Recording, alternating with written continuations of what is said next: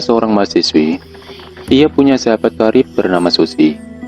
Rena dan Susi berteman sejak SMA. Mereka sama-sama merantau untuk kuliah. Rena dan Susi sering bertukar cerita. Tapi kisah persahabatan ini bukan cerita biasa. Kisah Rena dan Susi mirip, dimulai sejak mereka SMA. Mereka sangat dekat, sering main dan mengerjakan tugas bersama. Mereka tak terpisahkan. Hingga ketika kuliah, mereka pun memilih jurusan yang sama. Dari kampung, mereka naik bis berdua, pontang-panting mereka ke sana kemari, mengurus daftar ulang dan berbagai persyaratannya. Tapi bersama, semua jadi lebih mudah. Di kampus mereka menemukan teman-teman baru. Tapi perasaan senasib sepenanggungan membuat mereka tetap dekat. Mereka tinggal di kosan yang sama, walau kamar mereka berbeda. Di semester 3, ada sesuatu yang membuat hubungan persahabatan mereka memburuk. Ada jebakan bernama jatuh cinta ke orang yang sama. Rena yang pertama kali mengenal Doni, senior dari jurusan yang berbeda. Rena mengenalnya di sebuah UKM kampus. Doni, si senior yang terkenal petakilan itu, menarik hati Rena. Susi kenal Doni karena sebuah tugas kampus. Ia memerlukan sebuah buku.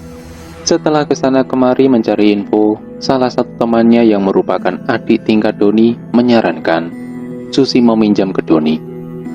Dari SMS-an untuk pinjam-meminjam, berujung SMS panjang lebar bertukar cerita.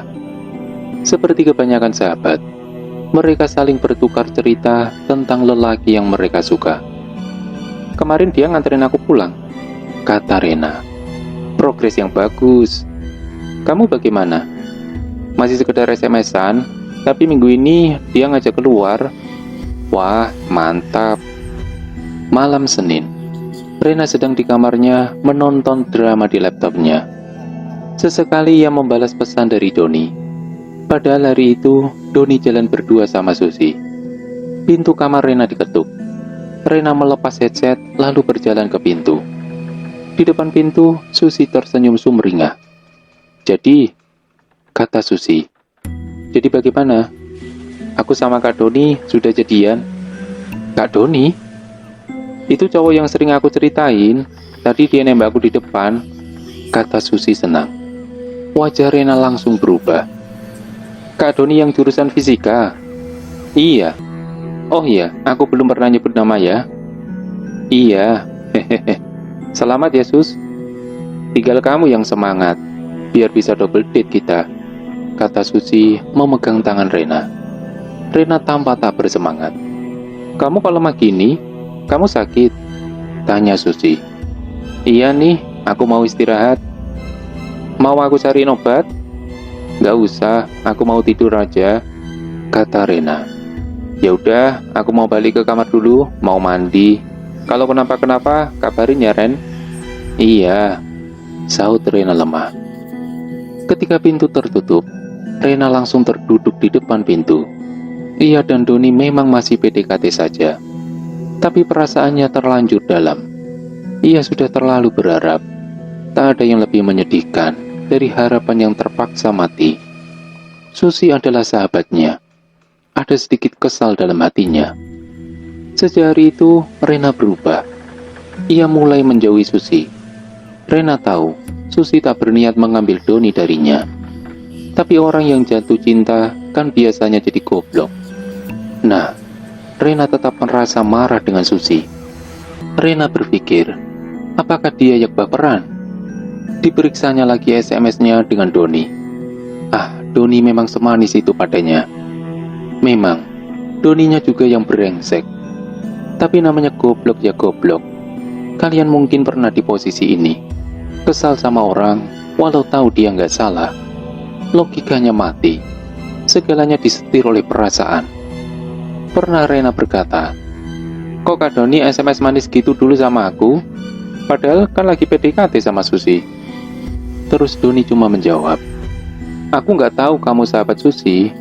Lagi pula aku baik ke semua cewek kok. Suatu malam sekitar pukul 2, Rena terbangun. Tiba-tiba ia kebelet pipis. Kebetulan kamar mandi itu ada di luar. Jadi Rena berjalan keluar. Dan alangkah kaget Rena ketika melihat Doni keluar kamar Susi dengan mengendap-endap. Doni hanya menoleh, lalu memalingkan muka. 2 bulan setelah Rena menjauh, di kantin kampus, Susi menemuinya. "Kayaknya kita perlu ngomong deh," kata Susi. "Kayaknya kamu berubah banget akhir-akhir ini, Ren." "Kamu yang berubah, Sus. Sejak punya pacar, kamu lupakan sama aku? Bukannya kamu yang menghindar." "Aku gak kuat, Sus. Aku gak kuat," kata Rena menahan tangis. "Ada apa, Ren? Ada apa? Kamu ingat orang yang dulu sering aku ceritain?" "Iya, itu Kak Doni, Sus," kata Rena. Susi kaget. Ia kini mengerti kenapa Rena menjauh. "Tapi aku gak tahu, Ren." "Iya, kamu gak salah. Cuma aku yang gak kuat liatnya. Aku terlanjur suka sama Kak Doni, Sus," kata Rena. Ia menyeka air mata. Susi serba salah. Ia sayang ke Doni, tapi ini menyangkut persahabatannya. Sore itu, ketika hujan mulai turun rintik, Susi pulang dengan sepeda motornya. Perasaannya tak nyaman. Malam itu, ketika hujan turun dengan derasnya, pintu kamar Rena diketuk. Rena membuka pintu. Susi di depan pintu. Wajahnya kusut. Bukan Susi yang Rena kenal. Bajunya basah kuyup. Ia hanya menunduk. "Kamu kenapa, Sus?" tanya Rena. "Boleh pinjam handuk? Aku mau mandi. Kunci kamarku hilang," kata Susi.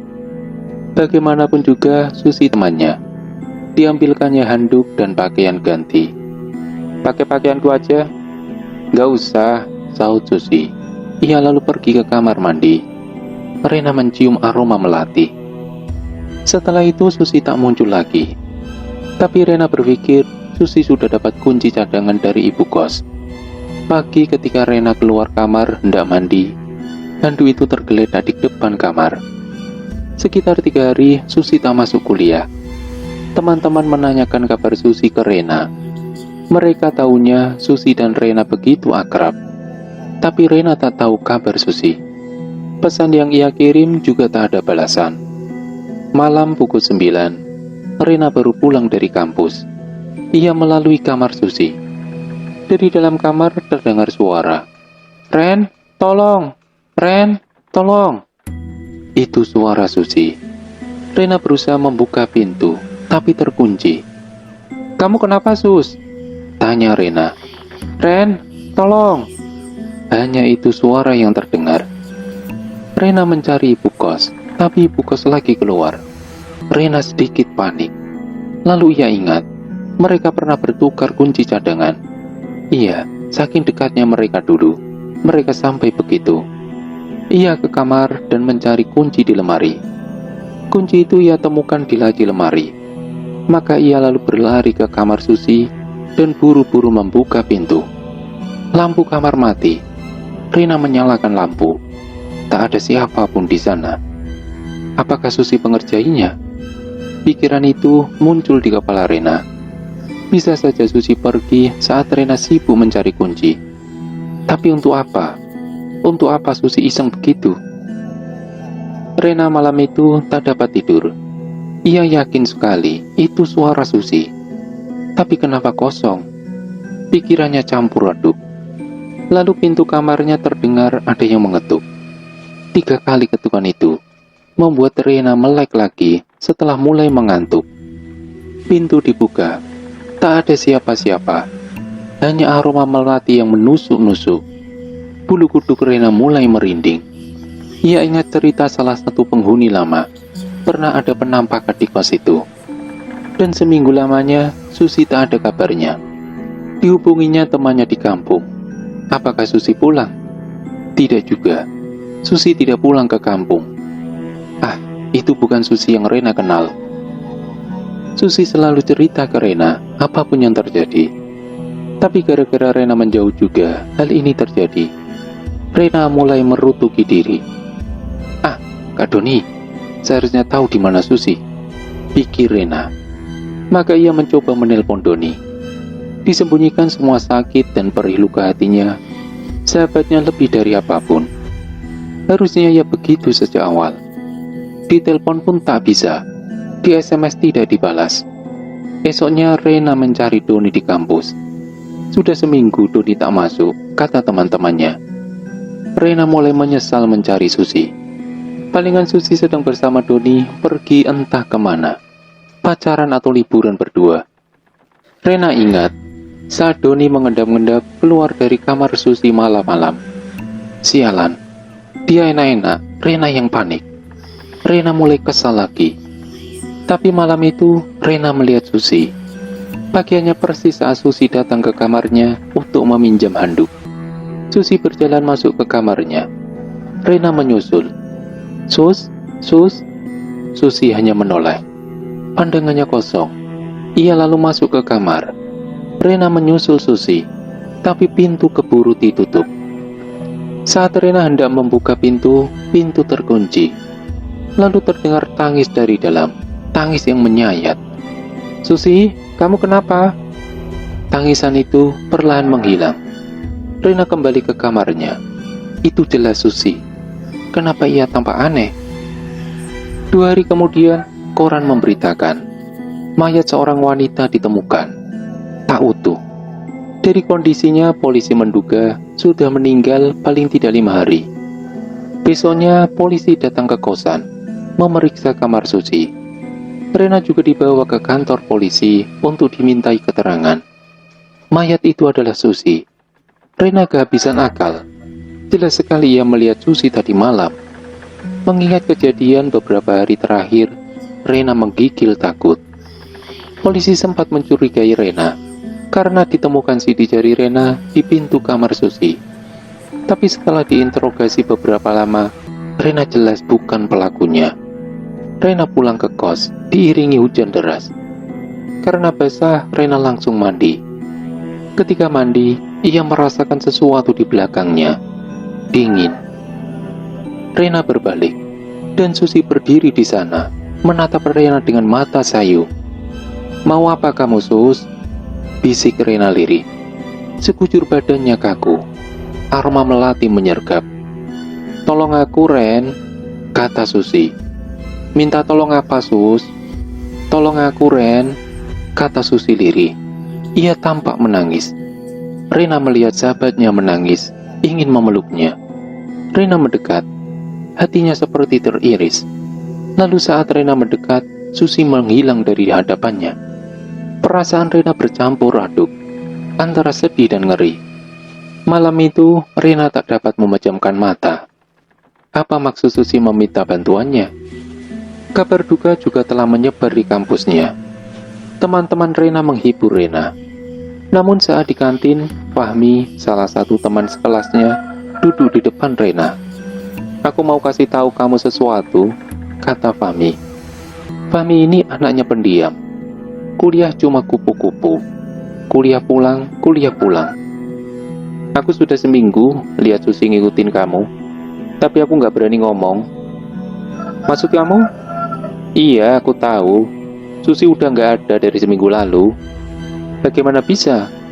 Aku bisa lihat yang gaib, Ren. Terus kenapa kamu ngomong baru sekarang? Tanya Rena. Susi nyuruh aku, Ren. Gimana caranya? Dia tahu aku bisa lihat dia. Jadi, Fahmi ini gak suka dengan kemampuannya. Tiap lihat yang gaib-gaib, dia pura-pura gak tahu. Soalnya kalau ketahuan dia bisa lihat, dia jadi repot. Ada yang minta tolong, ada yang ngajak ngobrol, ada juga yang usil. Nah, tadi pagi ketika Rena masuk, Fahmi gak sengaja menatap Susi yang ngikuti Rena dengan tatapan yang berbeda. Arwah Susi jadi sadar. Fahmi bisa lihat. Terus arwah itu minta tolong sampaikan sesuatu ke Rena. Dia bilang, kamu jangan sedih, gak dapat Doni. Doni orang yang salah. Dia bersyukur dia yang jadi korban, bukan kamu. Tunggu, sebenarnya apa yang terjadi sama Susi? Lalu Fahmi menceritakan ulang cerita dari Susi. Jadi ketika itu, ketika hujan turun rintik, Susi menemui Doni di kosannya. Kalau dulu Doni deketin Rena dan Susi di waktu bersamaan, maka jelas Doni itu brengsek. Susi mau minta putus. Sesampai di rumah kontrakan Doni marah besar mendengar Susi mau meminta putus. Doni memukul Susi dengan keras. Sebenarnya beberapa waktu terakhir Susi menyadari Doni itu temperamental, tapi Susi berusaha memaklumi. Doni memukul wajah Susi berkali-kali hingga Susi pingsan. Malam itu Susi dibawa Doni ke sebuah tempat terpencil. Disitulah Doni menghabisi Susi. Kepala Susi dipenggal, badannya ditinggalkan dan kepalanya dibawa dengan bungkusan kain berwarna kuning. Dia datang ke aku, minta tolong, kata Rena. Minta tolong apa? Gak tahu, dia cuma bilang minta tolong. Kayaknya itu terkait kepalanya yang belum ditemukan, kata Fahmi. Di mana kepalanya? Lalu Fahmi menyebut sebuah tempat, sebuah hutan yang cukup jauh. Rena tahu apa yang harus dilakukan. Sore itu ia melapor pada polisi. Malamnya bersama polisi, Rena meluncur ke hutan yang dimaksud. Fahmi ikut, dia yang tahu gambaran lokasinya. Malam itu juga, dibantu warga lokal, polisi langsung menyisir hutan sesuai petunjuk Fahmi. Dari informasi warga lokal, polisi menemukan mobil Doni terparkir di sebuah rumah kosong. Sudah seminggu teronggo di sana. Malam sekitar pukul 9, mereka menemukan sesuatu tepat di bawah pohon besar. Kepala Susi diletakkan di atas nampan dengan taburan bunga melati yang sudah layu. Melihat kepala sahabatnya teronggo di sana, Rena merasa mual dan sedih secara bersamaan. Kepala itu sudah dipenuhi belatung, baunya menusuk hidung. Fahmi menarik Rena menjauh. Rena menangis kencang. Tak pernah terbayang bahwa sahabat karibnya akan berakhir naas. Pemandangan itu mengerikan. Mimpi paling buruk dalam hidupnya. Ada penyesalan dari Rena. Seharusnya ia tak menjauhi Susi. Tak ada yang lebih berharga dari persahabatan. Ada yang mau ngomong? Kata Fahmi ke Rena. Rena mengangkat kepalanya. Samar-samar ia melihat Susi. Terima kasih Ren. Terima kasih sudah menjadi sahabat. Terima kasih sudah membantuku sampai titik ini. Suara itu lirih sekali. Rena berusaha menggapai Susi. Hanya ada hawa dingin. Sus, maafin aku Sus. Aku jahat jauhin kamu. Sudah selesai Ren. Baik-baik ya kamu, kata Susi. Sekejap kemudian hanya ada aroma melati yang menguap di udara. Fahmi memegang pundak Rena. Subuhnya Doni ditemukan polisi hendak melarikan diri dari daerah itu. Kondisinya lusuh. Sudah seminggu ia di hutan itu. Karena hal-hal gaib tertentu tidak dapat diperhitungkan dalam penyelidikan, Rena dan Fahmi sempat diperiksa karena dapat mengetahui lokasi kepala Susi. Mereka diduga bekerja sama, tapi sama sekali tak terbukti. Kata Fahmi, kalau melihat bagaimana kepala Susi diletakkan dan Doni yang tetap berada di hutan itu, tampaknya Doni menganut sesuatu. Susi jadi semacam tumbal, dan Doni di situ untuk menyelesaikan ritual.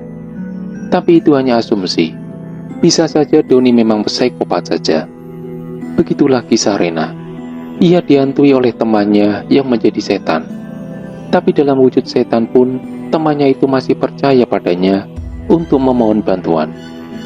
Begitulah persahabatan seharusnya, saling percaya.